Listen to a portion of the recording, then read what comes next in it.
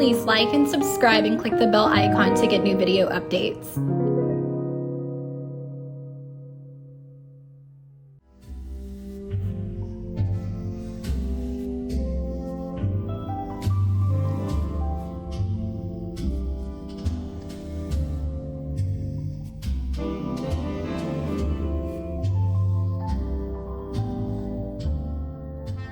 Hello, welcome to King Cole 1965 for all things Nat King Cole and more. I'm your host, Daniel Lamar Evans. Today I'll be discussing the 1957 release on Capitol Records, Just One of Those Things, a studio album by Nat King Cole, arranged by Billy May, and produced by Lee Gillette. When this album was released, it peaked at number 18 on the Billboard album charts of that year when it was released. This album was an interesting pairing, Cole's warm lyric vocal style with Billy May's brassy swinging big band sensibility. As one commentator put it, it was the most widely heard collaboration. It basically draws on both sets of strengths. A happy, sad album colored with swinging yet melancholy feeling. Now, these are original tracks for the album.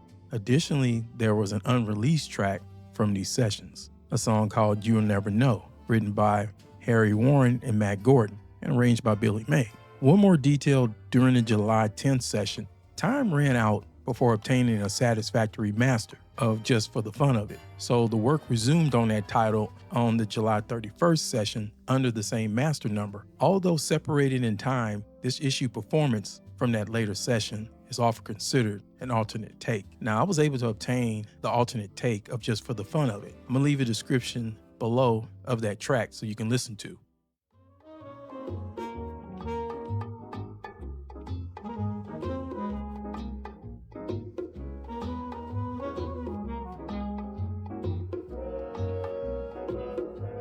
Okay, let's walk through the recording sessions and who played on them. You know, Nat pretty much had a classic lineup on these recording sessions. The sessions took place on July 10th, 1957 between 1 p.m. to 5 p.m. at Capitol Studios, and then July 19th of 57 from 1 p.m. to 4:30 p.m. and then on July 31st, 1:25 p.m. to 5:12 p.m. at Studio A. They came back August 7th of 57 from 1 p.m. to 4:15 p.m. Now, these guys, they knocked these sessions out compared to what they do now. Seems like it takes up to 2 years to do a whole album. And these guys did it in a period of 4 days, less than 2.5 hours per session. Now, the musicians on this album consist of an all-star lineup. You had Ted Nash on tenor sax. You had the great Harry Sweets Edison on trumpet. This guy played with everybody. If you listen to some of Frank Sinatra's albums and some of the solos, trumpet solos on his recordings, that's Harry Sweets. And you had the great Conrad Gozzo on trumpet. You had Red Chandler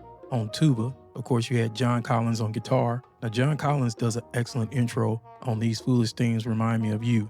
Very good. The great Charlie Harris on bass. Lee Young on drums. Then you had a lady by the name of Helen Bliss Hutchison on harp. And of course, you had Billy May, and you had Lee Gillette, and then John Kraus as engineer.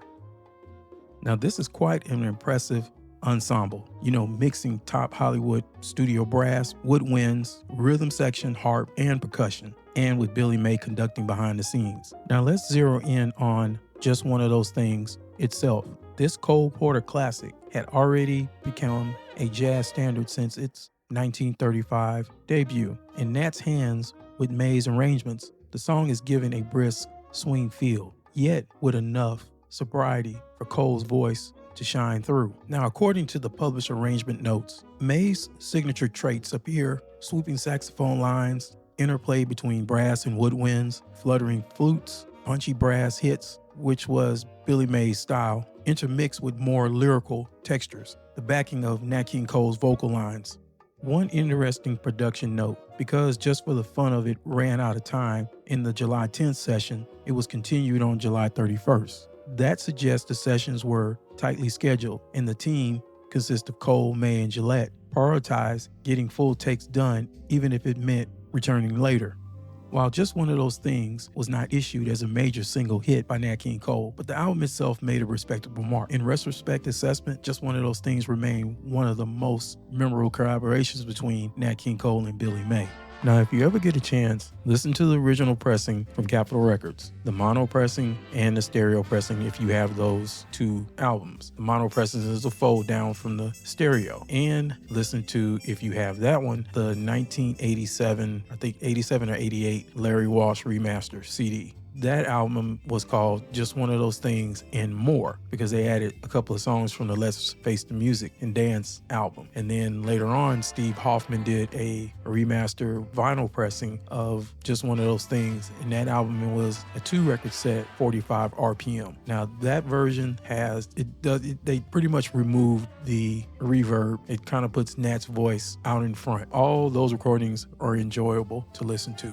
All right, that'll do it on the deep dive into Nat King Cole's 1957 album, Just One of Those Things. If you enjoyed this video, don't forget to like and subscribe to the channel. Click that bell icon so you'll be updated for all my future videos and to help the channel grow. Until next time, take care. Bye. Thank you, ladies and gentlemen, for being such a lovely audience. Like I always say, make the best of everything, because once you're dead, brother, life ain't worth living.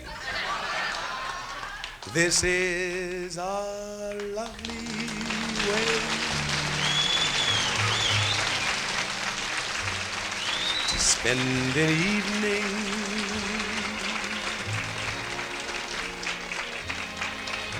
Hope I may come again and spend it with you. Thank you. Good night. God bless you.